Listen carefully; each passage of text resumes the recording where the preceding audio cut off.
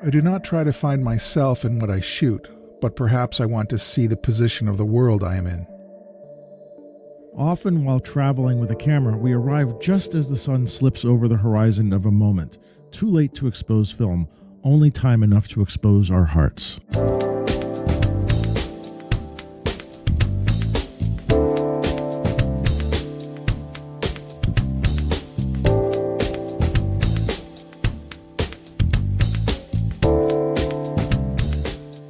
Hey, welcome to the Street Shots Photography Podcast. This is Antonio. And this is Ward. And this is episode 228 for the middle of April and for area code 228, which is where? It's the Gulf Coast region of Mississippi, particularly the southernmost part of the state, which includes Gulfport, Biloxi, Pascagoula, Bay St. Louis. Isn't it amazing how we have that? Isn't it amazing we have that knowledge like right at our fingertips? A bus station announcement. Bus for Gulfport, Biloxi, Pascagoula, and Bay St. Louis. So that's my mid-Atlantic accent. Well, hello there, my friend. Hello there. It's been a while, my friend. We put a few miles on since we last talked, my friend. That we did, which is what we're talking about tonight. Yeah, so we're gonna do a lot of catching up. But first, did you listen to our last episode? I did. With I'm sorry I didn't get it out. I didn't get it out before your trip outwards. I don't know if you listened to it on your way back. I listened to it in the hotel room when I was chilling. Oh, really? I was listening to you guys in Japan, imagining because I can visualize you guys walking the High Line because you and I did that together. Really? And well, that's right. And so, but I don't remember the pigeon. So maybe the no, that's maybe the pigeon is new. It's a new thing. Okay. So, what did you think? It was a little more inside cool. baseball stuff, right? As you said, it was inside baseball, but it was like like there were details about your background that I didn't know before that I thought were very interesting and really? Telling and fun to know. All right. So I won't talk about Getty. Don't talk about Getty because I'll make you cranky.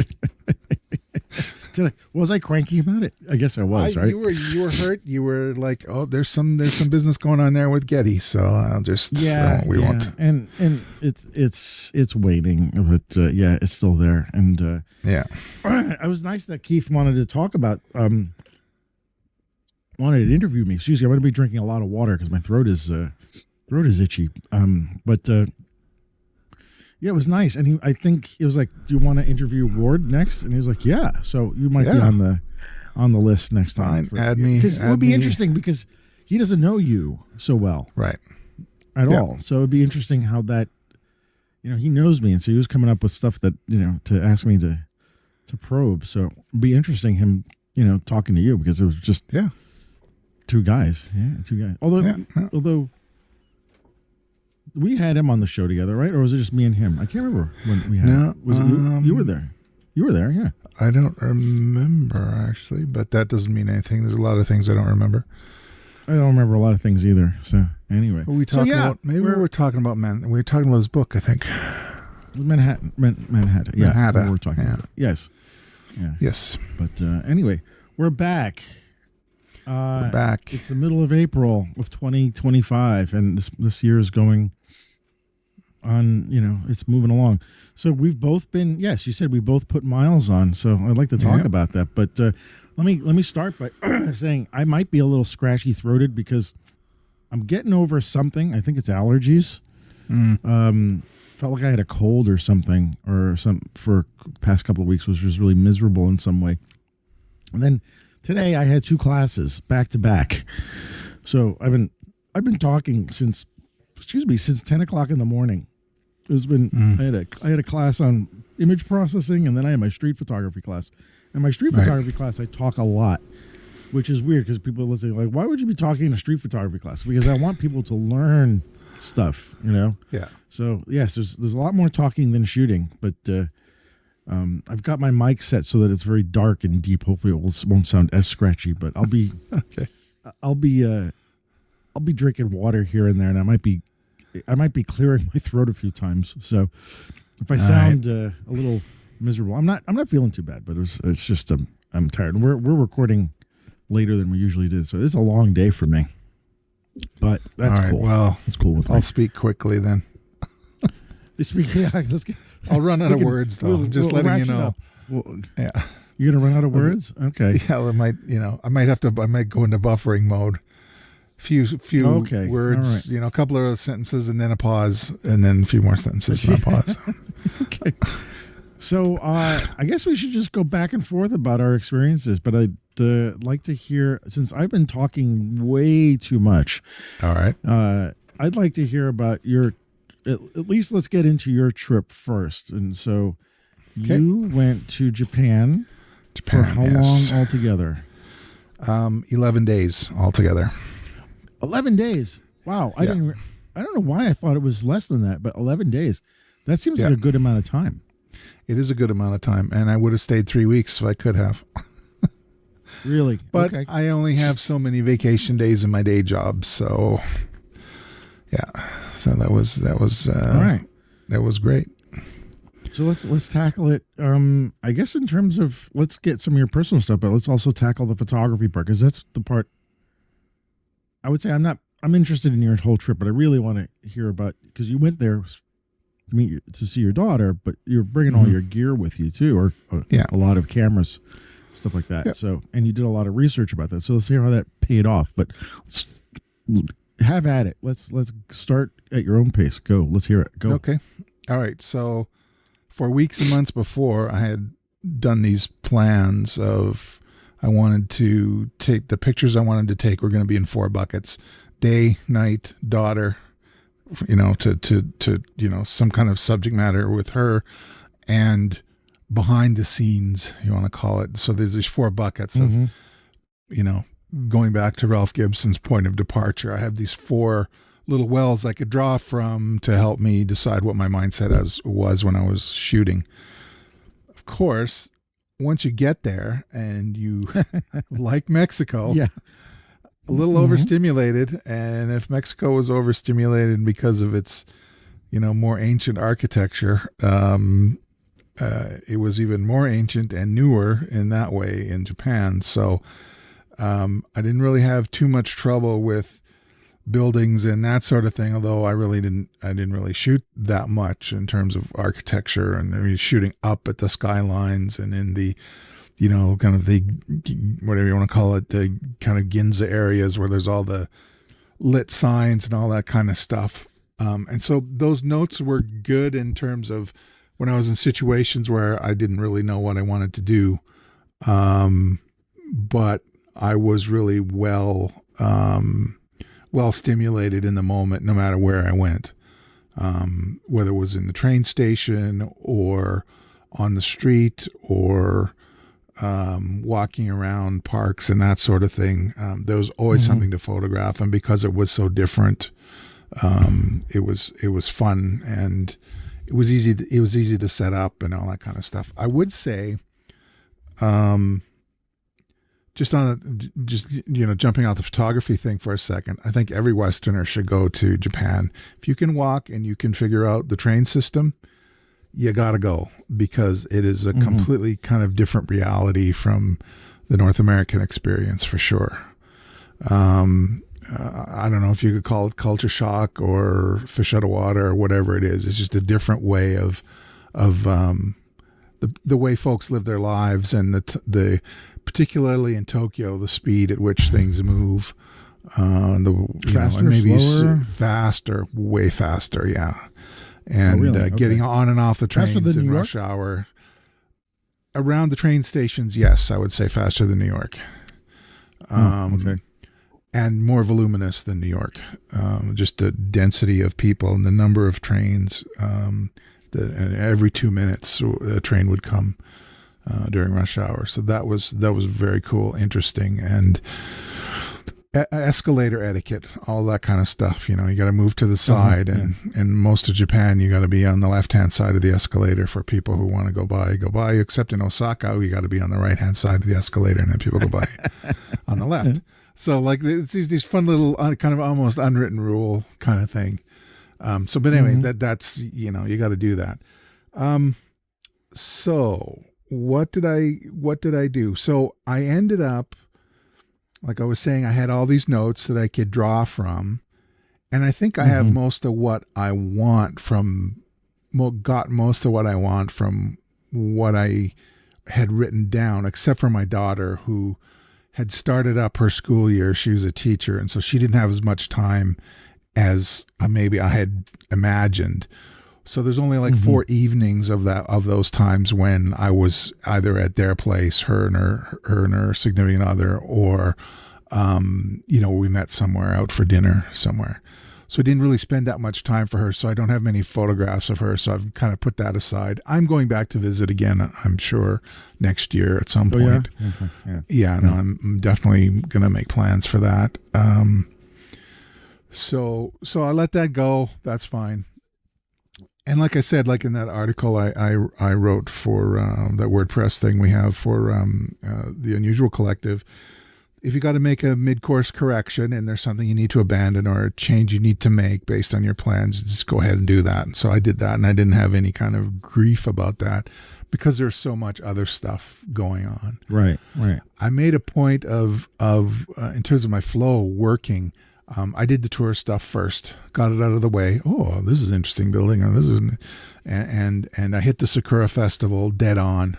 So this is the Cherry Blossom Festival. So the day after I arrived, it was all over in the media. The Sakuras have blossomed. They're 3 days ahead of schedule. Hooray. And people were just going nuts. And this is in Tokyo. So, they have on the news, they have like a weather report, but it's actually a blooming report for the Sakura, which is kind of cool. So these ones will bloom on Thursday, and these ones will bloom on Friday, and here's what the weather's going to be like on Friday, and here's what the weather's going to be like on, so there was like this, different parks, different gardens that you can go to see them bloom. So it was like very, very specific.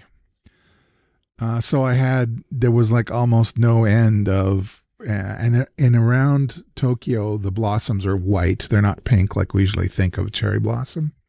So they're all like a pure white blossom. So they'll look great in black and white. I'll shoot a lot and I did shoot tons of branches, and the way the trees grow there, some of them are very old, and so they're kind of gnarly and twisted, and they look like a cross between a lightning bolt and a blood vessel in terms of their shape. So they're the interesting compositions that would look great in a high contrast, almost abstract form. So I got hundreds of pictures of those. People on the street, if I think of New Yorkers being the most aware and canny of the camera, I would say combination of people not knowing or caring that they're being photographed, or in certain circumstances possibly being too polite to offer up any resistance to you being there. And so I felt sometimes that they knew I was there, they possibly didn't like it, but they didn't react. So there were a few circumstances, and there's a different feeling for me. So when I felt that, I didn't feel that I could. That's almost like, sorry to interrupt. I was like, that's almost like you have to be self-aware. Like, how does it make you feel about photographing? Well, the way it makes me feel is, as soon as I feel that they spotted the camera, they knew that I was going to take their picture, and I just had a feeling that they didn't like it. Well, they didn't really. They just kind of looked. I kind of got side eye, like, oh, okay, they're not. I'm not sure they like this. So I adjusted my technique a little bit, and got either really close or really far, and went to electronic shutter or whatever, so that the camera is silent.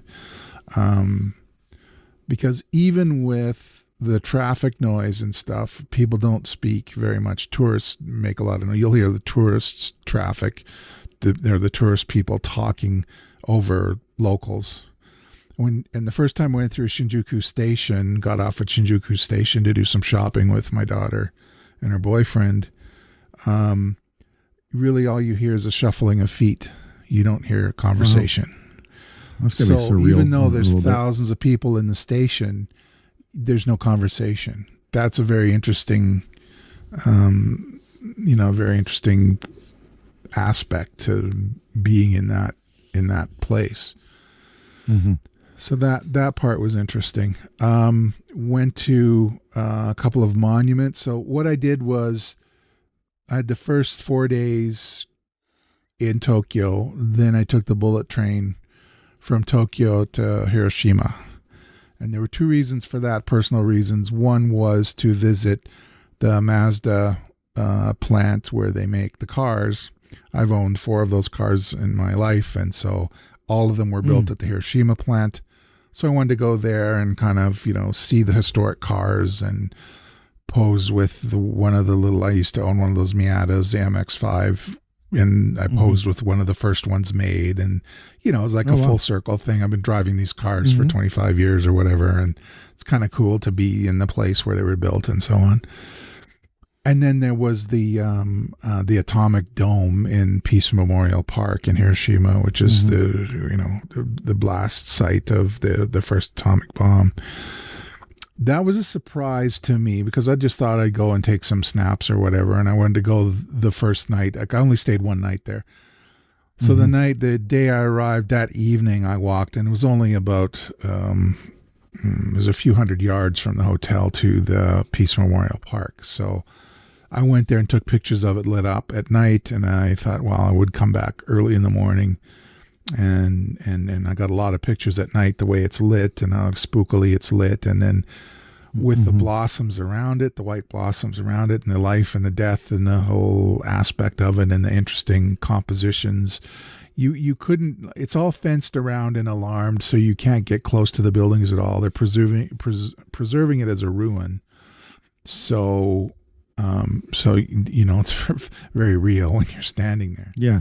But you're a fair distance away. So I got many pictures in the evening, and then I came back at like 7:30 the next morning, and there was really harsh light, and I the black and white pictures are going to look like pictures from the 40s actually. And I did post one of the pictures to social media of the light raking across the ruin of one of the walls of the building through the windows, and so it had a real feeling of immediacy there.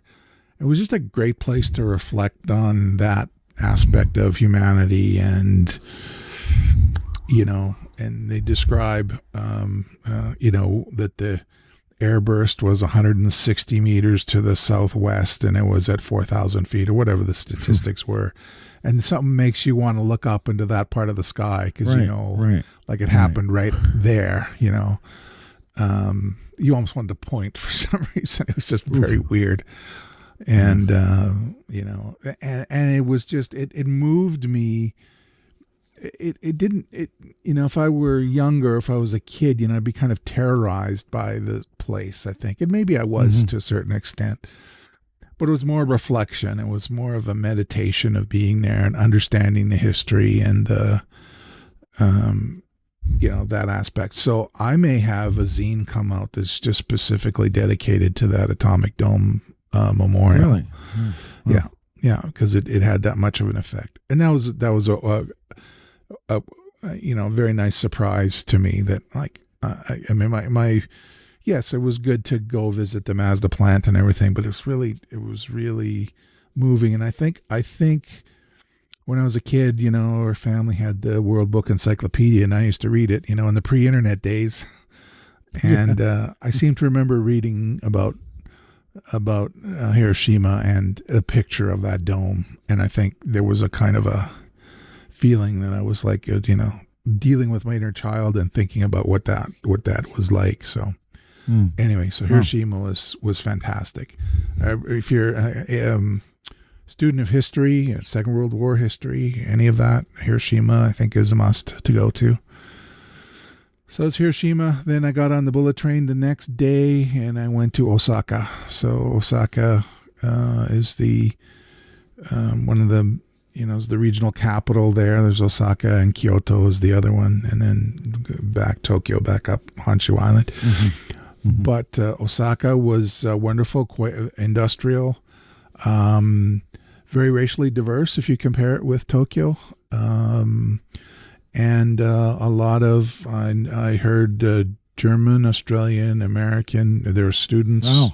There was not, no struggle to find somebody who could speak English just on the street.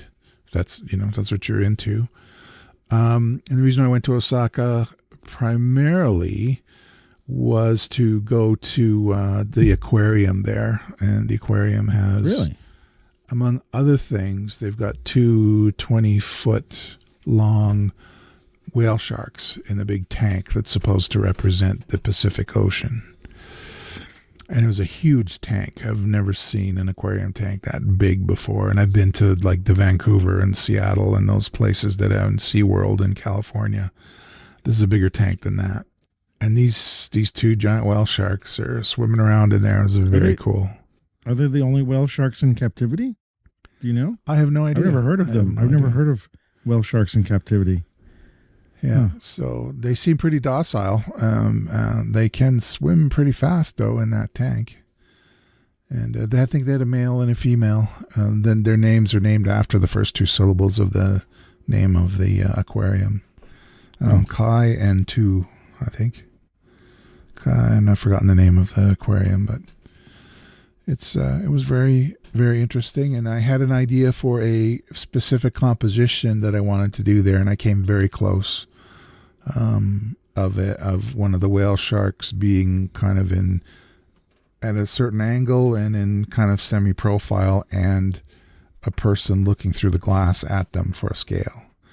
And I did post a picture actually to social media that was very close to that. And that was about 80% of what I had imagined after seeing other people's pictures of that tank. So I came back with that fairly, as a very, very busy venue. And the only time where I really felt kind of frustrated by the crowd was in there. And not just because of the volume, not because people were being annoying or anything. It was just, I couldn't really get lined up and kind of went back and forth. And most of my time was around the different parts of the glass around that tank, trying to find this composition. So it sounds like at this point you were in full photo mode and less in tourist absolutely mode. Yeah. Okay. Yeah. No, and the tourist mode was really when you're walking the streets in between, in between the shooting, and trying to keep your head about you when you're making sure you're getting on the right train and if you're timing things right and so on. So that was the aquarium. Also in Osaka, there's a castle called Osaka Castle. And there's a tower, a 400 or 500-year-old tower on one end of the compound that's surrounded by 2 moats, 2 giant, deep moats. One is dry, the other one has still got water in it. And they give little tours in the moat, a little boat tour. The boat looks like the Jungle Cruise from Disney, actually, but a little more ornate, I can put it. But and they're these giant stones the size of, semi-trucks, semi-trailer truck, whatever.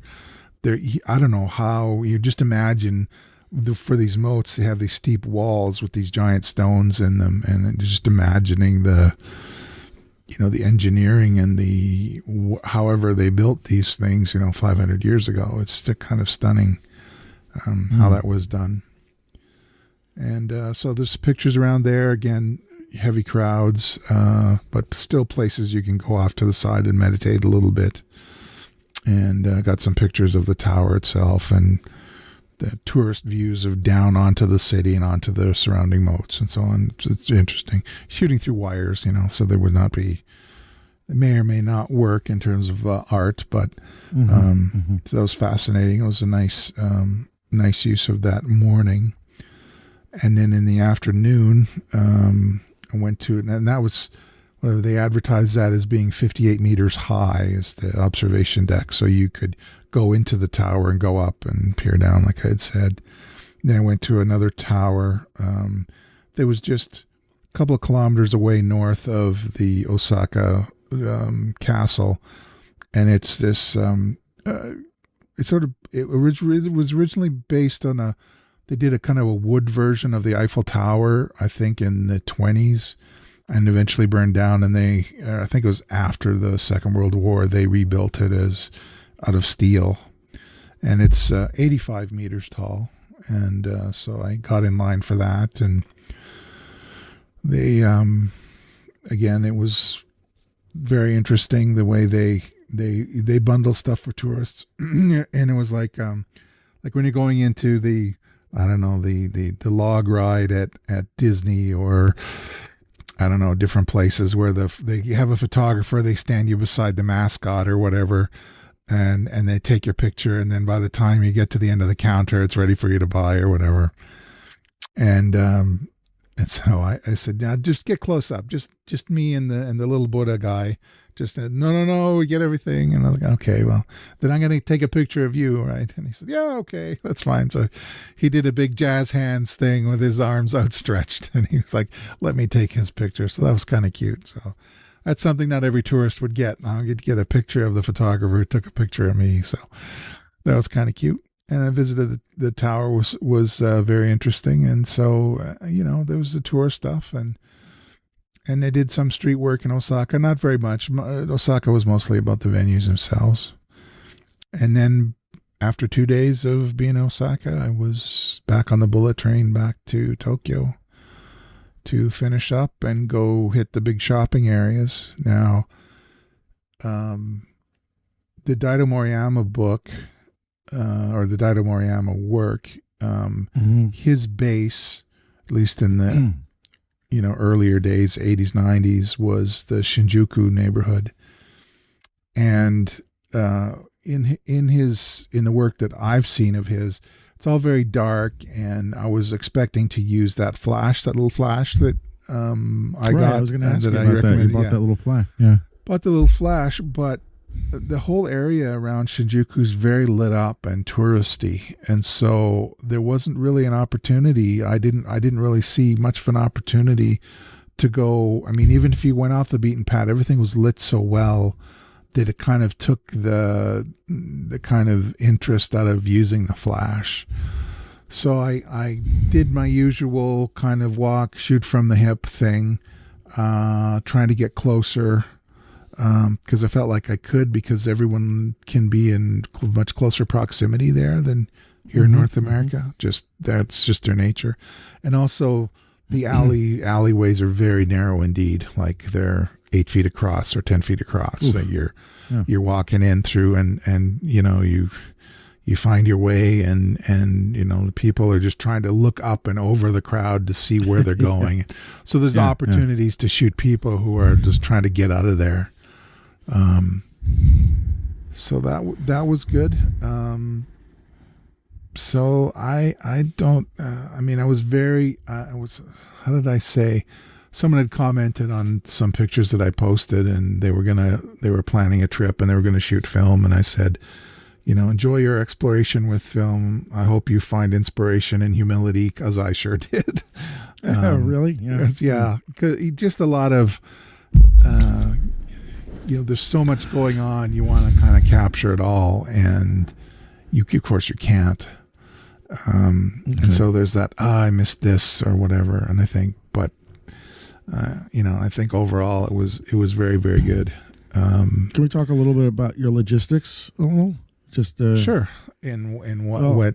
Well, just in the sense of like how much did you end up shooting roughly? I mean, do you know? About 3,200 frames.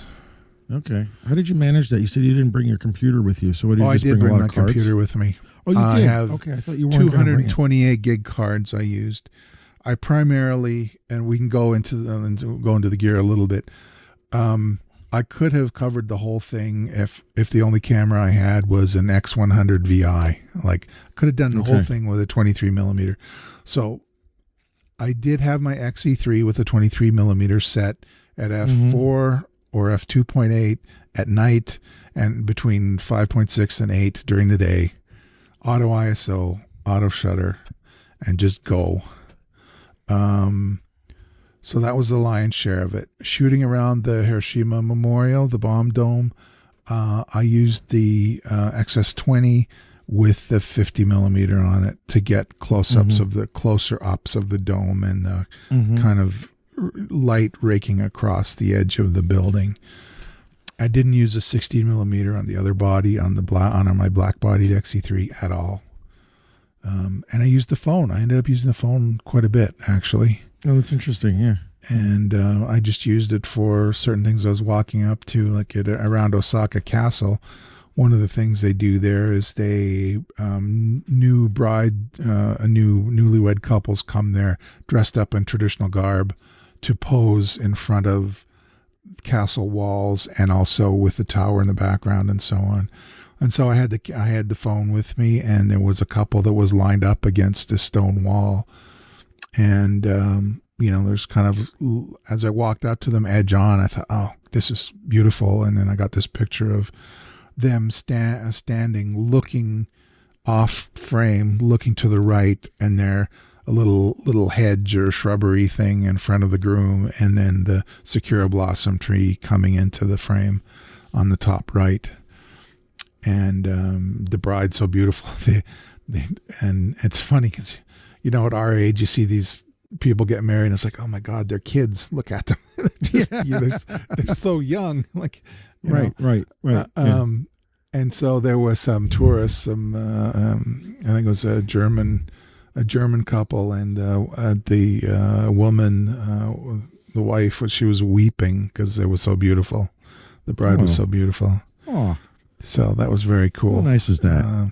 Yeah, just to see. And they're kind of, the poor things, she's in this very tight kimono, the young bride, and very tight around her legs, and they wear ceremonial sandals and with stockings on, with socks on. And so when they're walking from one venue to the next, they walk with very short steps and trying not to fall over on these tall ceremonial sandals. Sort of like, you have to help her, you gotta, you don't want her to fall over.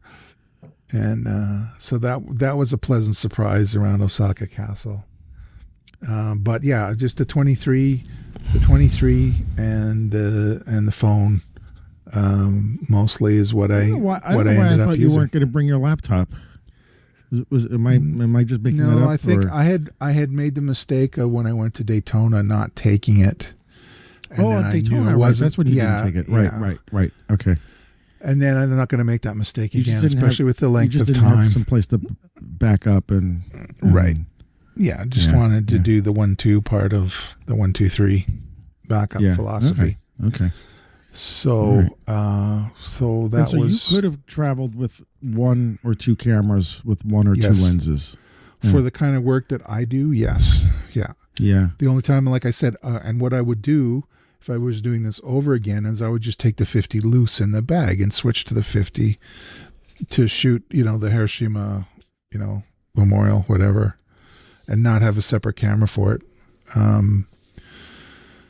So yeah, you live and learn, right? Yeah. Well, and I don't regret. It was a kind of a pain after a while on the days where I really walked for a long time, like the one I showed you the statistics from my iPhone that I would walk typically between 12 and 16 kilometers a day, whatever that works out to in miles. That would be. That's a lot of rubber hitting the road there. Yeah. So, and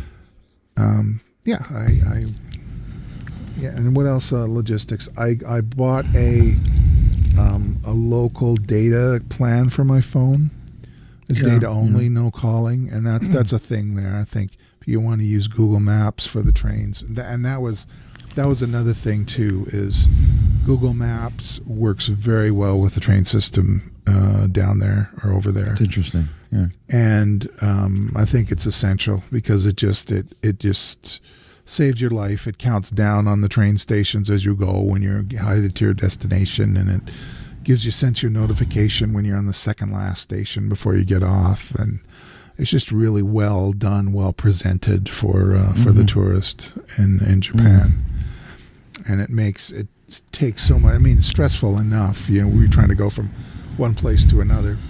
It's not like I had to be anywhere right away. And another interesting thing too, to take the bullet train, which they call the Shinkansen, you can go there. You can go to the train station on a whim and just buy a ticket and be on the bullet train in half an hour.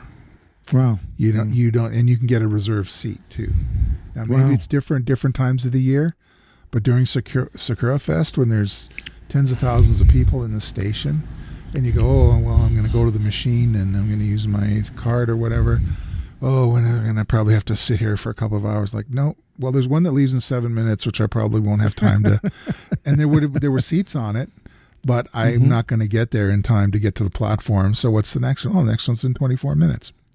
All right, I'll take that one. It's just amazing.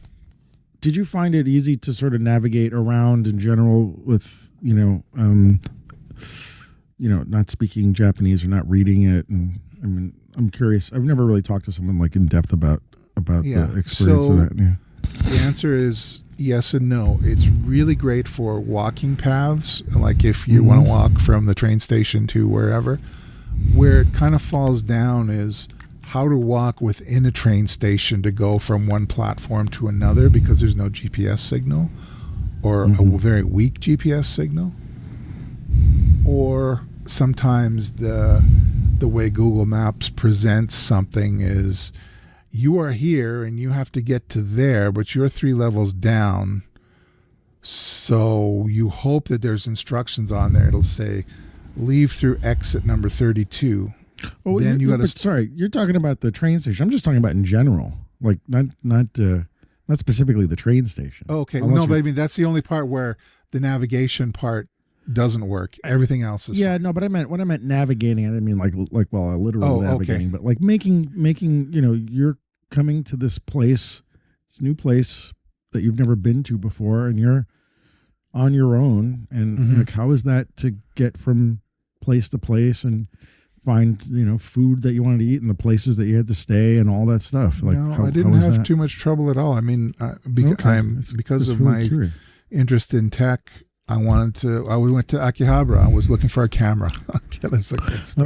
I wanted to find an Olympus XA with either an A11 or A16 flash on it. I would have preferred the A16 flash, the more powerful flash. So I go there. I went to 5 different used camera stores.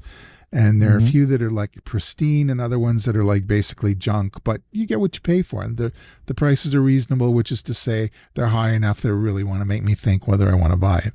So there was this XA, there was this original XA, looked beautiful, cosmetically looked beautiful. And it was like pretty reasonably priced. And I was like just about ready to ask the salesman over. And I put the camera up to do the Google Translate, and it said, condition, paint peeling, spiders in the viewfinder, sticky shutter, smells like acetic acid. Okay. So I'm like, I think I understand. Spiders in the viewfinder. Yeah. Mold on the lens. No, spiders. I've never heard that before. Is one of the things. Small spiders in the viewfinder. I'm like, they're just having a blast in there with so I'm like, XA, you know what? I don't think I'll buy this one. The XA is the clamshell 35 millimeter, little teeny tiny, one of the smallest cameras. Right, it's the clamshell one with the little. It's a clamshell one. Has adjustable aperture and little focus thing on the bottom on the little focus knob. It's a really cute camera. I've got it. I've got one in with the flash. I just remember some of the camera magazines. The guy who shot it was like 1980. The guy was famous for shooting the eruption of Mount St. Helens. He was using the Olympus OM1, but his backup camera, his fun XA. Camera was the XA, and I remember the ads for the XA. So I wanted to get one. Yeah. So you ended up not getting one, huh? I ended up not getting it, and I didn't see another one. So that was the only time I came close, so I didn't come back with any gear at all. But it was fun to see. So I was in. Good on you. Yeah. So in terms of navigating, you were talking about finding restaurants and whatever. So in Akihabara, I ended up looking for, I feel like an Indian restaurant. I want to try some Indian food in Japan just because I've been eating lots of Japanese food. So there's an Indian place. Oh, there's this hole-in-the-wall Indian place. It's on the 3rd floor, and it's just a block this way. So I went up and It was a lovely Indian couple ran the joint, and they spoke English, and so it just things work out. And I had this wonderful curry with a piece of garlic naan. It's about the size of a medium pizza, and it was and it was so good, and a nice coffee, and the whole thing cost less than $7. So I'm like, okay, wow. So, would you recommend that? It sounds like you made do going by yourself to this strange land that you've not been to before, and it was fine. Like the way you're describing it is almost calming me down. It's like, oh, maybe I'd like to do that on my own. I had two awkward moments. One was in Hiroshima. Now, Hiroshima was confusing, and the map technology did let me down a little bit because it was having me go to a tram station in the middle of the street instead of a bus stop on the side of the street. And the numbers of the tram and the bus were the same. So I got on the wrong one and ended up going the wrong direction. That was an error and a data entry error, I think, for Google Maps. So that was one thing.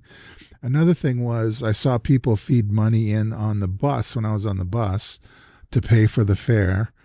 I could have used this card that they have. It's called the Suica card, and it is a reloadable card that you can use for transit and restaurants, all kinds of things. It's sort of like a credit card, but it has a balance, like your laundry card, right, in your building, right? It's just something you tap, and it takes as much as it needs to in order to do what you need to do.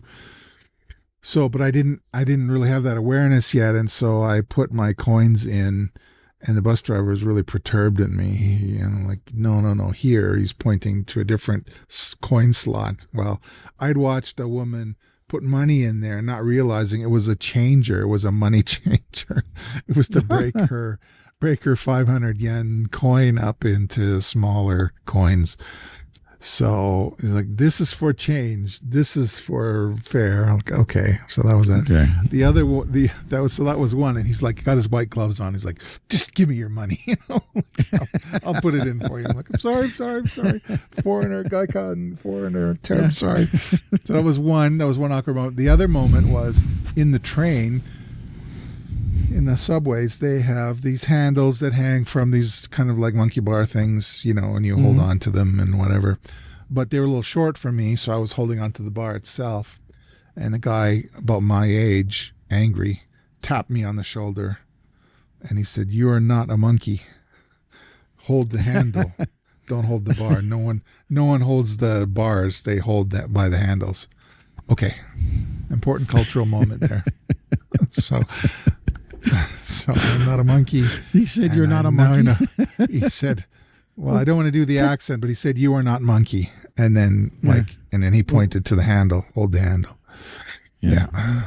So, okay. All right. I'm sorry. Good to know. Everybody store that away for the next time you're going to travel to Ward is not a monkey. That's important. Say it to yourself. I was interested in the fact that you thought you could do the whole thing with your style with one or two cameras. I was going to say one camera, you know. Well, I think just solve the whole problem and not have to, don't even think about having to change lenses or anything like that, But yeah. Well, I mean, I had time, right? I if I wanted to change cameras, I could, but when I was in the zone, no, that doesn't cross through your mind. And when I'm doing the little bit of chimping that I did do, it's sort of like, oh, I missed this. Okay, I make this one little adjustment, or I change the dynamic range, or I do whatever, or set the ISO hard because of a certain effect that I was going for. I could do that, and I could do that on one camera. But, it was... I didn't know... yes, I had all the notes, but I didn't know... that I would have been able to cover everything I wanted to cover just with the one lens. But Moriyama and Suzuki, those guys, they do have one camera. They do walk around with only one camera. Yeah. And Moriyama, I think, does it with the Ricoh GR now, right? He did. And that's even a simpler camera than what I'm carting around. So yeah, it's interesting. And okay, all right. I'm just just looking at our time. I want to make sure we got some time for me in there too. But I would say that excuse me. You've learned a lot. It sounds like you're going to go back. Yeah, so that's definitely an interesting. That's great. And do you think looking at preliminary, scan through your stuff that you shot, do you think you hit your buckets that you were going for, or at least in the right direction? Or in the right direction. I think I had some technical issues. I think particularly early on that I wasn't really attending to. Mm-hmm. Two things to solve that. I'm going to chimp more because I can. I have more time because it's not like I'm going out with Mark Ryerson to shoot, for 1 hour at a time. I have time, and I'm walking up and down. I'm outside for 8 or 10 hours. Like I can try and nip those technical issues that I have and relax and point at their navels. Right? Chimping is for that, just to check the technical aspect. It's not for the I love me. Oh my God, I got it. Because of the output that I want is like a book or a zine. They're going to be more abstract than the tourist stuff that you're seeing on my social media feed, right? They're going to be darker, murkier, weirder, more introspective than the pretty pictures of the whale shark or the sakura blossom. So, so I'm not too worried about that. Anyway, so that's where that goes. So is it time to talk about you, my friend? Well, I was going to say, all in all, a success. I mean, it sounds like you're going to go back. Yeah. And also, I mean, I'm hoping that people are listening to this, take in what you're talking about. I don't know if everybody's a traveler, but as you're describing it, it sounds like something I could do. Like, I always thought I would love to go to Japan. I would just, and do the same thing you're doing, but like maybe even just stay in Tokyo for a big chunk of change. Yeah, so that's another thing too. I think I would be fine on the next trip just to stay in Tokyo. Yeah. I don't need to see. I mean, I'm not Michael Kenna. I don't need to go to Hokkaido and stand in the snow. I can just drive a couple of 100 miles north and stand in the snow. So yeah, I'm fine with, and part of me was torn a little bit in that I was doing this travel when, I was thinking about the travel. I was distracted about it, thinking about it while I was shooting a little bit. It's like, I've only got another day here, and then I got to get up early, and then, and if I just stayed in Tokyo. One spot, staying in one spot for a big length of time, so all the other stuff, like you said, you don't have to worry about. Even if you stayed in one place and you become sort of a local in a sense for 10 days, you go to the same coffee shop and they start recognizing you after the fourth time you're there or something like that. And that did happen. The Starbucks and the little patisserie. Yeah. So I would say, cool. and too, just to that point specifically, the train station I stayed at was a block away from my daughter's train station. It is about 17 minutes to Shinjuku on that one line. If I stayed on it again, it's another 8 minutes to Shibuya, where the big crossing is, that big overhead. With all the giant scramble crossing. And then another 10 minutes to downtown Tokyo on the same line. So I can get up and I can be in Shinjuku in less than half an hour. And then I can go back and I'm out in the burbs. I'm out west and I'm, it's quieter and I can take it easy. And I don't have to stay in a $400 hotel closer in Shinjuku or, closer to downtown. I can be at this smaller. So I'd recommend being out. Well, for me, it was west of downtown Tokyo. That was, and it just happened to be because it's where my daughter lives, out that western part of the city. So yeah, it worked out really well. And the trains are so fast and good and on time and all of those things. They apologize profusely if they're 2 minutes late. Yeah. I'm trying to imagine that here. And it's like, that is, I can't, that's like thinking of like Martians doing things. Like that would never happen. I've never heard a single apology from anybody working in the Metropolitan Transit Authority. They just say it when they're it's like Like you're being delayed. We're sorry for the inconvenience. Thank you for your patience. Yeah. I'm sure you're really sorry about it. You know. Well, there's so much information on the train itself. So there's in English and Japanese, it goes back and forth for here's how many minutes to the next station, and then they show a diagram of all the next 8 stations and how many minutes to each of those stations, right? And then they also put up a screen that says the Akihabara line is delayed both inbound and outbound because of personal injury accident. One was unidentified noise, which it was delayed because of an unidentified noise. Like they're telling you everything, you know. And so I know if I'm going to be making a connection through this station, I can expect there to be some delay. And then on Google Maps, it tells you when the train is like, you know, it's supposed to come at this time. It's like delayed 2 minutes. I'm like, fine, it's delayed 2 minutes. What do I care? I'm like, whatever. So, wait. All right. So it sounds like a and there's one other thing, a nostalgic thing that I'll bring up people, the train stations, many of the train stations play what's called the departure melody, which is a little electronic, almost like a music box, like synthesized thing that plays a little jingle to remind you to get on the train because it's about to leave. A lot of train stations have their own specific jingle. So at the station that I stayed next to, my hotel room window was open over the train station. And so I would hear this jingle like every 2 minutes. And I'd come back to the hotel if I was around to have a little nap in the midday, because I'd be out till whatever, 11 o'clock at night. So I wanted to have a little nap. And so I'd hear this little jingle from the Asagaya station. And I looked it up, and it is a folk song from the July 7th festival that they have. And the Asagaya neighborhood have a July festival parade and party and celebration there. And so the little melody that plays is representative of this particular station, right? Oh, wow. It's very cute. And so now I have this thing playing in my head, like a little earworm. So it's very cool. And it's kind of nostalgic. Like I will never forget that. Okay. And if I came back, I don't know about having the earworm in your ear, but no, but it's nice to have with that. you. It's a thing that's with you. Yeah, So that's nice. Anyway, so that's enough about me.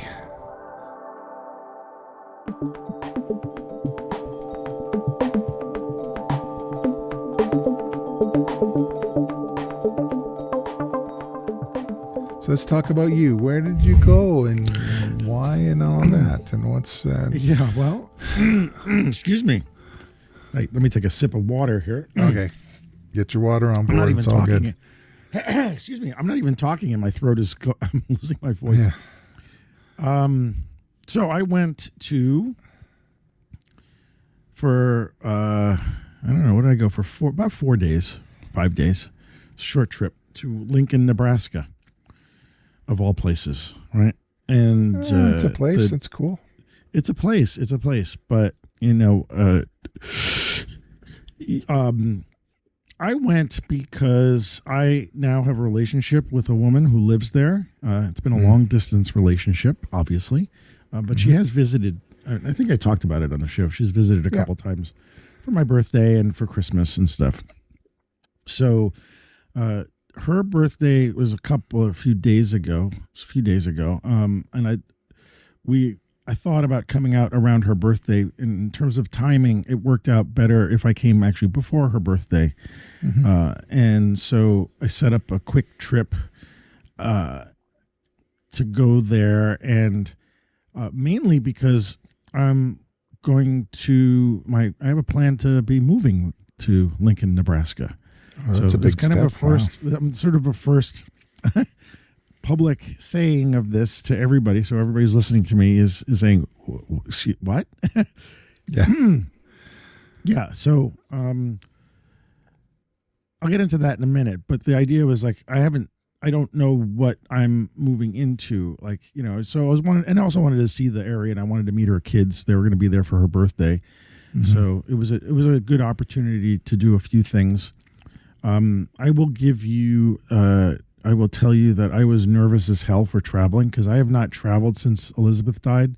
And even before that, we hadn't traveled a lot because when she was sick and stuff like that, and it was a little it was a while since I've been on an airplane, and so I had a bit of nervousness about the whole leaving my cats. Since my cat Eddie passed away, that actually made it a little bit easier because I was worried that if anybody had to take care of a cat and he died while I was away, it would just be miserable. So him now traveling the astral planes with Elizabeth, it made it a little bit easier for me to think about it. But I was still nervous about leaving my cats. As a personal experience for me is that I've been, I want to say a recluse, but I think I've been more homebound usually than since Elizabeth died than prior to that. And so, leaving what I'm comfortable with was a bit nerve-wracking initially, but a lot of support from Angie, my girlfriend, and even a couple of friends were saying, things will be okay. And then when I found, my cat sitters to take care of my cats and figured out the routine, I was like, okay. I felt a little bit better about actually leaving. So I consider it sort of almost like a personal victory that I was able to do that. There was a little hiccups in terms of the flying out there. Oh, first of all, I haven't flown in so long that when I went to go make arrangements for the tickets, like I just picked up my phone and typed in Google and I said, flights to Lincoln, Nebraska. And, it gave me all the information. I was able to book my flight on my phone in like 5 minutes, which I remember it. It's so funny because I'm sounding like some old guy discovering technology. Yeah. But I literally have not booked airplane flights on my phone for a while, or I've done it. So I was kind of amazed at how fast that was and how, I was like, I was done. And I was like, that's it? I don't have to do anything else? Nope. It's done. You got your boarding pass, seats, QR code. It was all done in 5 minutes. I'm like, good. Yeah. The day that I was supposed to travel, there were storms in Chicago, and so my flight, I got text messages that my flight was, I think it was first delayed and then it was canceled. And they were so happy to cancel it. Like, your flight is canceled. We'll try to find you another one. And actually, I'll give it a credit because I didn't have to do anything. The app, I was using United Airlines, and it found a second flight. I was like just sitting back, and it kept texting me, "We found you another flight." Blah blah blah. Oh, cool. But it kept getting changed, and finally it was being pushed off a day, and I was like, it'd be pushed off a day, and I would have lost 2 days, like a day and 3/4 of time. Right. And I was like, this is unacceptable. And so the day I was supposed to travel, I canceled that flight. I just said cancel. I got a refund all on my phone, and then I found a different airline that went to Omaha instead of Lincoln. And Angie said she'd pick me up there. So she said it's only about a 50-minute drive. Okay. So I found a direct flight, and I found it the same day. I was like, same day flight. Yeah. I got business class or first class, whatever it was. Yeah. And like I was on the plane, and I salvaged the day that I thought I was going to lose, at least most of it. Not I saw some of it. Anyway, I got there, and really it was sort of to see what's going on, and like, is this someplace I can be? Because I'm I've lived in New York City all my life. Could I live literally in the middle of the country, surrounded by land, no water per se, and could this be done? And the spoiler, the quick answer is absolutely. Okay. There was, it wasn't radically different. She lives 10 or 15 minutes from downtown. So, you can actually see the Capitol building from like a couple of streets down from where she lives. We went and drove through the city. I saw this place called the Haymarket, which is sort of like a like a hip downtown area, which has got mixtures of old buildings and new buildings, but they all sort of look the same. They keep the aesthetics the same, and I felt very comfortable there. Like there was something. It wasn't as alien as I was expecting it. I mean, like it looked like a couple of streets in Brooklyn that I walked down, like the neighborhood that she lived in.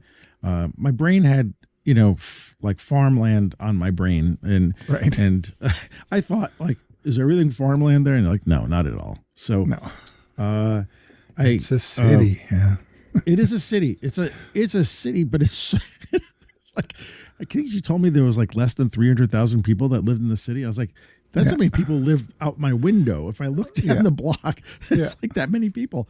Bed-Stuy, man, that's 300,000 there. Yeah, I was like, holy crap. So it was a bit of a whirlwind, We did take shoot, what was I saying? We went to the protest that was on, the big protest, the nationwide protest. Day of Action, I think you guys called it. Day of Action, yeah. We went to that, and I made a sign and stuff, which I shared with you. And I was like, we were in front of the Capitol, and I hadn't protested in a long time. And actually, that felt really good. It made me feel like I was part of something larger, which I haven't done in New York City. It's like it doesn't feel the same here. But there, it felt like I was part of it felt like I was making a difference in some way. We not, but you know what I mean? Like my the energy was headed that direction, though. You could feel it. Yeah. We had this sort of a meet and greet on Friday where she invited a whole bunch of friends to come to this restaurant that was a pizza place and a bar. And it was under the guise of her birthday, but it was really like to meet me, go meet Antonio. Who is this guy? And I met a lot of her friends. Yeah, I met a lot of her friends, and they were all wonderful people. I felt so welcomed there. Yeah, and it was easy to strike up conversations. Like I was like actually my decision to move there, I think, got solidified at that party, which was Friday night. I got there on Thursday night, and the Friday night was the party or the gathering. And I was like, I'm in. This is it. I can make this work for me. And cool. So the rest of the time was went to was checking out some logistics, like looking for a storage space and thinking about what will it mean like to move, and what do I got to bring, all that stuff, which I'm going to be in the middle of for the next, my plan is to move in the middle of June. So we're looking at 2 months from the time that we're recording, I'm already looking at moving companies and getting quotes and stuff like that. And I'm probably going to rent this apartment. I am going to rent this apartment. Not probably. I am going to rent this apartment. So I'm working with, there's someone in my building who's hopefully going to be able to help me. And I don't have a definite plan for that. Like I might actually have to come back from Lincoln to deal with some of the logistics of like touching the place up and whatnot, which is okay. I can handle that. But overall, and then I had asked her for Sunday. We had a whole day to ourselves, and I said I'd like to just go see what might be considered not a typical town, but like I sent her some of the kind of photographs that I liked from Walker Evans and that ilk, driving up to Hudson. Maybe there's pictures up at Hudson and whatever. Yeah, and I said, like, can we just I'd like to just see what potentials there are for me to do a different kind of photography. So we went to this town called Ashland, which was literally maybe the main street was like 3 blocks long. It was like a teeny tiny town, beautiful town. Also a lot of old buildings and stuff. And we actually went to a stationery store there. It was one of the reasons why she picked it, because we were like buying paper and pens and stuff like that. And then we went to this steakhouse that wasn't that far away from that. But, I was wandering with my cameras when I had the opportunity to like take some pictures, and I was just taking some, facades of buildings, and it's very sunny there, and the light was very flat. And I was thinking, what am I going to be able to do? But anyway, I'll go into that in a minute. But I'll finish up that experience. Like I don't know. There was something about being someplace where it wasn't loud and noisy and people know how to drive and they pay attention to the lights and like all the stuff that really pisses me off about Brooklyn. It doesn't, it's not there, you know? Yeah. And I was like, yeah, I can do this. I can do this. The streets weren't crowded with people. It wasn't as alien as I thought it would be. I mean, it's just, it's the city mouse kind of thing, thinking like, oh, it's going to be this weird place. No, it's not weird at all. And that's just because of my ignorance of not, traveling and seeing other places. So I really liked it. I got really into it. I felt very welcomed there. I felt like there's a community there that I could be part of. I think there's the photographic opportunities I'm really curious about because, street photography exists. I mean, maybe I can do that. I don't know how that will change. But, for me, I've always loved like those, I don't know how to describe it because I hate saying like Americana pictures, but how would you describe the kind of photography? Well, that's Americana. Yeah, this is Americana, small town. Yeah. In all the books that we've been talking about, like, who was it?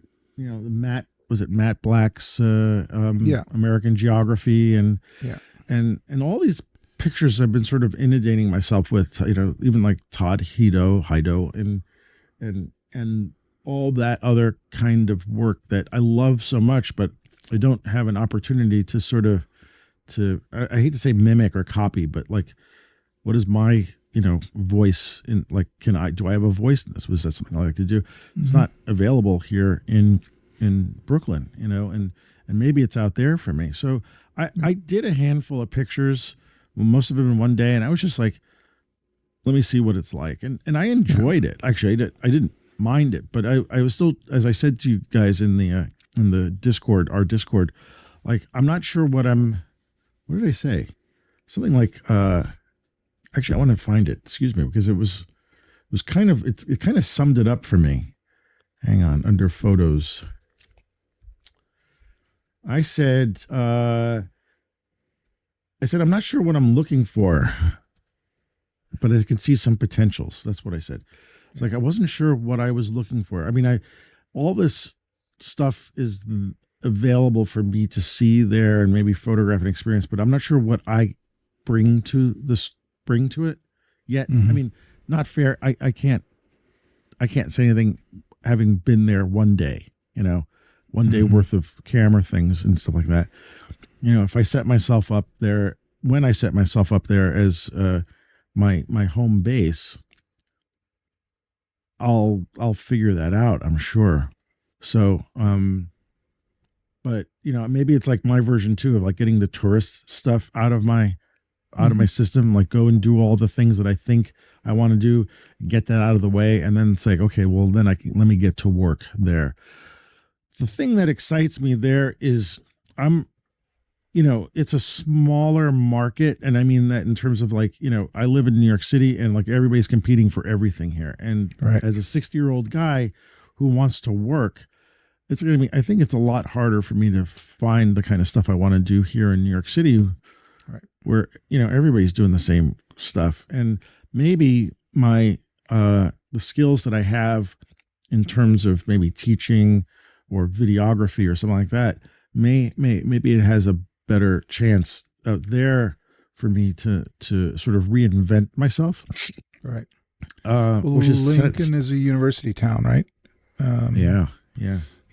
And I've already come across one person who was a friend of mine at B&H said, "Oh, you go to Nebraska. I know someone who's there, and he's a filmmaker, and he teaches at the university and stuff like that." So I reached out to this guy, but we didn't get a chance to hook up. But maybe this is someone who might be able to introduce me to some of the things that are going on there that are in the field that I'd like to sort of go after.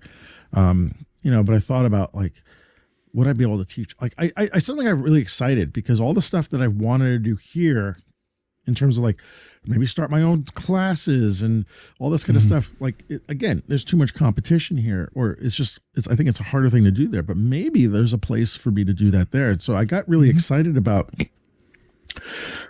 starting new things. And I don't want to say starting a new chapter because I really don't like that phrase. But there was something about Angie said, how about starting a new timeline? And I thought, oh, yeah. You can see where we're going with this, right? Yeah. I'm going to start a new timeline, and that got me really excited. I got really thinking about what I might be able to contribute to a place like Lincoln in terms of like my art and my capabilities and stuff. And so I haven't had that feeling here in a long time, So I know, changing locations can really charge me up, I should say. And you're obviously noticing that from your trips that you've taken, that you've taken a lot more trips than I have. And so there's a definite. I try to go, pandemic notwithstanding, I usually fly out somewhere once a year. Yeah. This is interesting. I'll be in the middle of the country, like literally in the middle of the country. And so like everything is almost equidistant, I can come visit you maybe easier than although I'm not sure I would drive to you, but it sounds like a bit of a haul. I would drive to you though. Okay. But so I think I would consider the trip 100%. Oh, I mean, also like as a personal thing, like the flying wasn't a problem. Like I've been obviously been nervous with all the nonsense that's been going on here with planes doing stuff like that. But that didn't, I used to love flying. And when some incident happened once on a plane, it was a turbulence incident. It was actually a shear. It was what do they call it? Wind shear? Microburst. Oh, microburst. Yeah. Oh, yeah. Yeah, but it wasn't on the ground. It was in the air. But anyway, soured me on flying for a while. And I was a little nervous about, I have not been on a plane since, I think for like 6 years, maybe 2019 might have been the last time I was on a plane going down to Florida. Anyway, there was turbulence, and guess what? I wasn't bothered by it at all. And I don't know what I was doing differently. I mean, I was listening to an audiobook. I'm listening to Malcolm Gladwell's new Revenge of the Tipping Point. It was a really interesting listen, by the way. And so I had that going on, maybe as a distraction, but like just I wanted to listen to it anyway. But I had realized, I thought like the drive that I had to the airport, it was in a Tesla, and it was the suspension of that car was terrible. And that was just as rough, if not rougher, than the turbulence. The plane. And I was like, okay, so turbulence is just, it's just bumps in the sky. Once I realized that, like, I didn't have any issues whatsoever, and it made it a much more relaxed flight for me. Like I wasn't even thinking about it anymore, which is, some people say, oh, they just get over turbulence like that. Well, sometimes when you get into a major incident on a plane, you start thinking about things sideways a little bit. So you have a bad experience. It's going to feel it for a while. And I treated myself, to business class. So I wasn't like, squeezing onto something. It was nice to sort of give myself the space and have the food and the experience, which I've never had before. So all that was great. But yeah, I wasn't 100% sure before I went, although I was sort of working towards moving because I do want to sell this apartment or get out of it. I can't afford to live in this apartment much longer. It's a very expensive place. But going there and seeing things in reality, like not having someone tell me about a place, but like seeing it and what are the potentials there for me, for not only living but like, going further with going the next direction with whatever kind of photography I want to do, because it's incredibly important to me. I was like, yeah, I could do this. I could do this. So right when I got back, it was, what? Go ahead. Oh no, I was going to say astrophotography, state fairs, rodeo. Right. Getting lost out in the country somewhere and taking pictures of landscape, like, different times of the year, sunset stuff where there's, trees and stuff in the foreground and like, oh man, the potential. I know. And I was also thinking that in some way I've reached, like, I haven't really been doing a lot of street stuff lately anyway, like, walking around. And I mean, I did it with Keith. We were walking on the High Line and stuff like that, but that's might be the last time. And not that it's going away, I mean, I'm sure I can do what I'm doing in all the places that you're describing and like keep that aesthetic going. But I was a little worried about, like, what am I going to do there? Am I losing, how much am I losing here? I'm not going to have the museums, but I don't go to the museums all the time in here. And like, I might gain a lot of stuff there that I'm just not aware of, that I'm taking for granted here, So, yeah. And also you meet people who are curious about you, whose life around Lincoln is not much bigger. Will be very interested in you, a person from New York, and what you have to say. And when you're teaching them, I think that'll be great. I think you'll be a great resource for those folks there, no matter what you do, because you're an interesting guy in a different place, and you will you'll first be a curiosity at the beginning, but I don't think it'll be great. And then that's kind of what I thought about this. That's what I thought about the meet and greet. I thought, exactly. I was the first thing. She was like, "Let's go to the pizza parlor, have people meet you there." I was like, you know what? I don't want to be like in a glass cage. Let's see how good their slice is. Let's get a slice in Lincoln. Yeah. So it is a curiosity. Sure, I'm sure it'll be the other way around as well.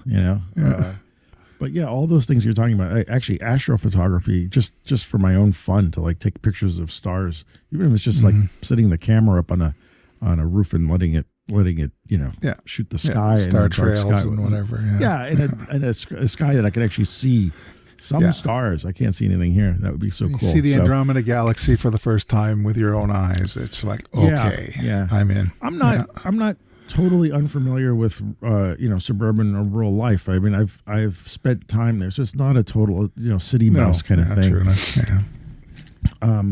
But I am. Oh, and so related to that, what you were talking about just now about teaching today, I wanted to mention this, and this is not to pat myself on the shoulders as a good thing, but at the end of one of my classes, I taught at the library today, and then I taught at Brick.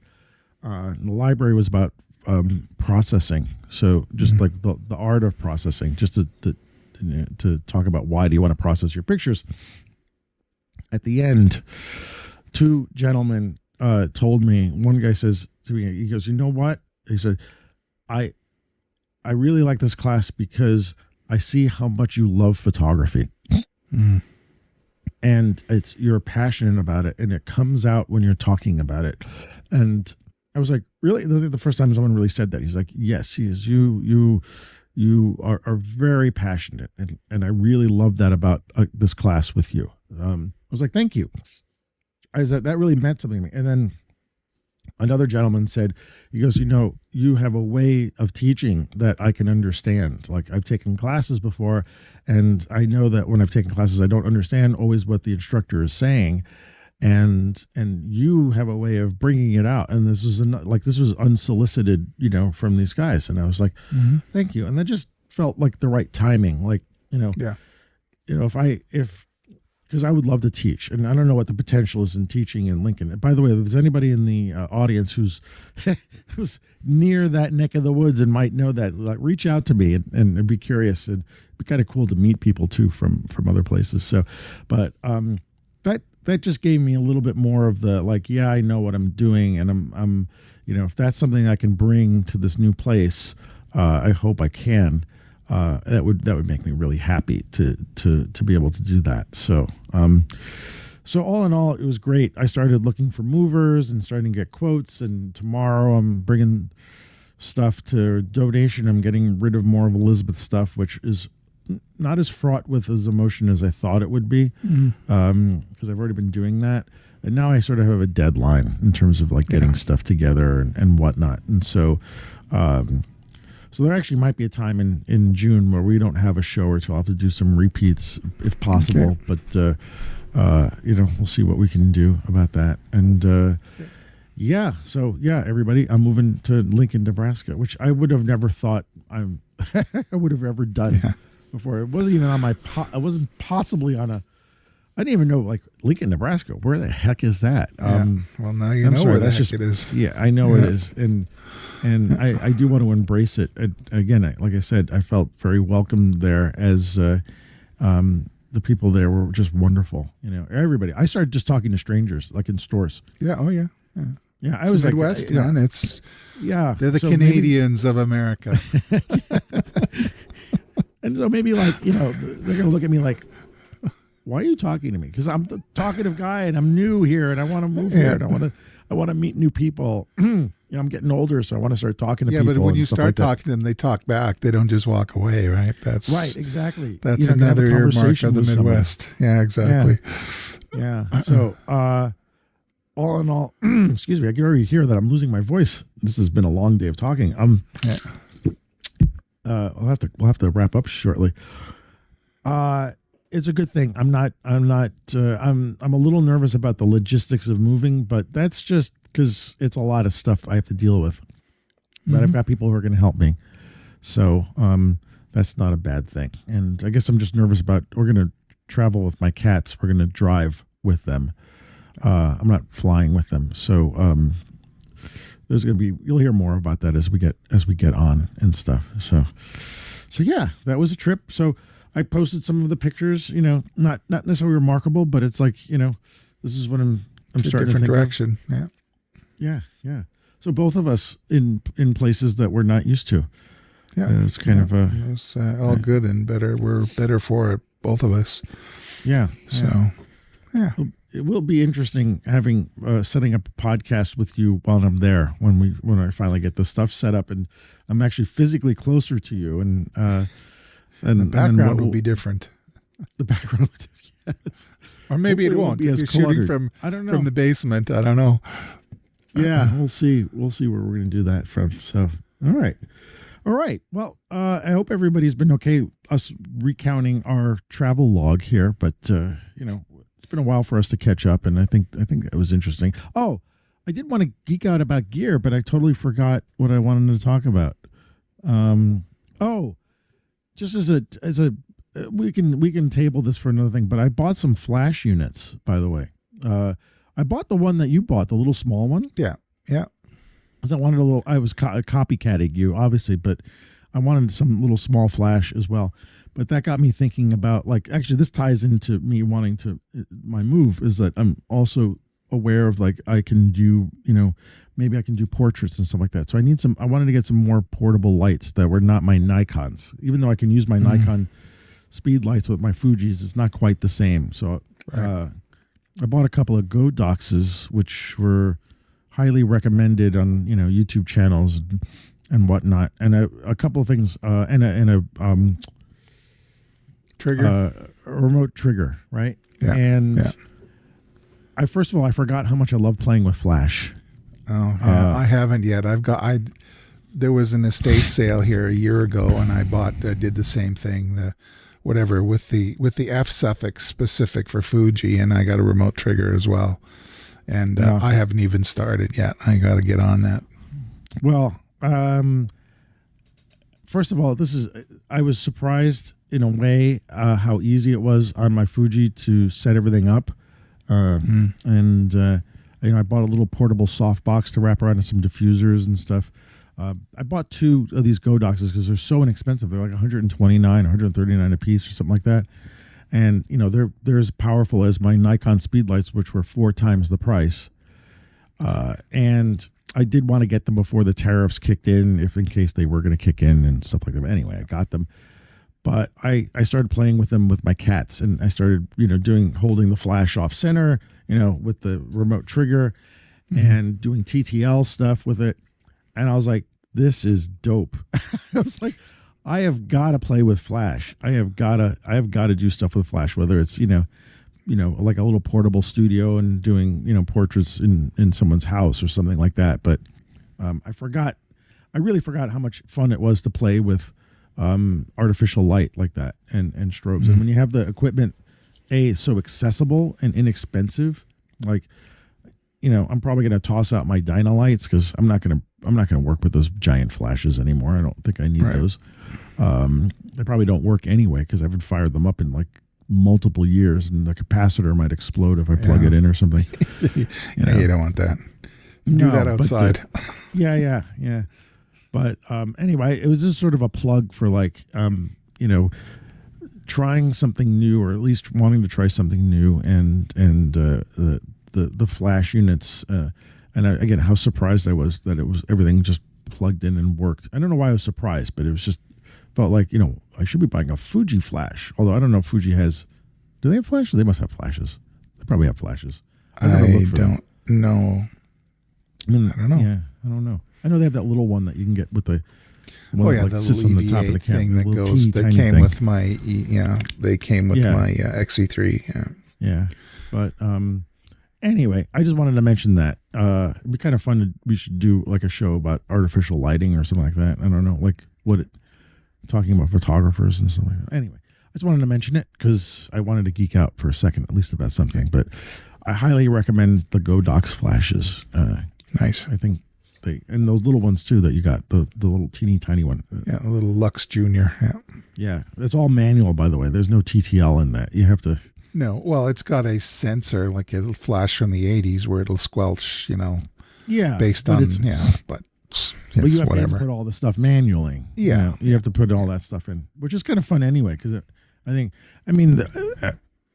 part of me kind of wishes that you had used your flash there. Just I tried, and it was too lit up there, and I wasn't going for deer in the headlights thing. It was just not working. I wasn't feeling it. It wasn't producing the kind of, and that's when I did chimp quite a bit. And it was just, this is not working. Well, maybe you get a chance to use it when you go to the Stampede or something, like something more local. Yeah, I could do some stuff at night. Maybe I could do. Yeah. All right. Or like some portrait stuff with the twin lens. I could do something with the twin lens. Do some arty pictures with the twin lens.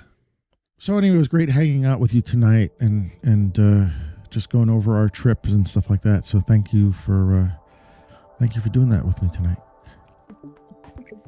It's my pleasure. It was a great talk. Yeah. So where are we finding you in this world of ours? On the internet, so you can find me on Vero, Twitter, and Blue Sky at W Rosin Photo. On Instagram, I am Ward Rosin Fine Art, as well as on Substack. I am there as Ward Rosin Fine Art. Oh, okay. On Facebook, you can find me at Ward Rosin Photo, and my personal website, which is still woefully inadequate. And I promise to put some of my pictures, maybe some of my Japan pictures. I gotta work on that. Is at rosin.ca. And I have some bad news. I'm winding down Ornis Photo, our unofficial sponsor. Yeah, our unofficial sponsor. Our unofficial sponsor. Yeah, I'm suspending it. I'm putting it in stasis. I'm putting it in carbonite right now. With the kind of climate in the marketplace right now, it's costing me more to just keep it in stasis, or not keep it in stasis, to keep pushing money toward it. All my inventory is already paid for. I can just pause operations for a while until the economic climate changes. Like I say, the investment, I've recouped my investment, but I'm just going to suspend it for now. The website will still be there, but I don't think the e-commerce part of it will work. You can contact me directly if you like, if there's something that you might be interested in, but I'm no longer actively paying as much for the marketplace. So, all right. So we have to find another unofficial sponsor. Yeah, maybe. We'll have to. Maybe it'll be our book publishing empire that I know. Yeah, whatever. We'll do that. Okay. Start with it. I'm thinking about if I'm doing my magazine thing, my zine thing, I have an idea for an imprint, like a publisher. So, right. I know I haven't been good at getting ours, or the one that we did up. So yeah, okay. We'll work on that. I think once I settle in Lincoln and get things done, I think I can go full guns on stuff like that. So that'd be cool. Okay. Awesome. All right. So me. What about you? Where am I looking for me? Yeah. Where am I? So Blue Sky at AM Rosario. Instagram AM Rosario Photo. Now my website is gone to hell in a handbasket. So it's a WordPress site that's been updated, and I haven't updated much. So I would say don't go to my website anymore. It's amrosario.com, but I really let it go. So I think what I'm going to do is move it to maybe something like Squarespace or Wix, someplace where I don't have to deal with WordPress anymore. I don't have the time. I'm not as geeky about that stuff anymore. So if you go to my website, it's going to be a lot of dead links, and so I apologize for that. But other places you can find me, like Instagram or even my Facebook page, which is Street Shots. Rosario Photo is my Facebook site. I put a lot of my pictures up there. I know some people hate Facebook, but that's a place to look. Also, do subscribe to our Substack newsletter, which is streetshots.substack.com. We have been getting a slow trickle of new subscribers. And I know, Ward, you said you have something and I've got something waiting to go. So let's get those out soon. Yeah. Probably get something out this week. And look, if you want to support the show, we'd really appreciate it. And you can buy us a coffee at buymeacoffee.com/Antonio Rosario. So yeah, we're going through a bunch of changes and stuff like that. Yeah, I'm sorry about Orna's photo, but I understand, the craziness and stuff that's going on. But like I say, I mean, the initial investment has been recouped, and I'm at a point now where I'm not losing money anymore. I'm just shutting it down. And Well, you said stasis. That's different than shutting it down. Yeah, stasis. Well, I'm stopping the web presence. Yeah. Yeah, so. I mean, we can always unmelt you later on, right? Like we did to Han Solo, right? That's right. It wasn't the end of him either. All right, Ward, thank you. We did a little bit of a long show, but I think that's because we had a lot of catching up to do, and hope everybody enjoyed the ride with us. So we'll see you at the end of the month. Yeah, for the next episode. Yeah, I'll be here. Great. Thanks for joining. And everybody, you all have a good rest of the April, and see you at the end of the month. See you. Good night.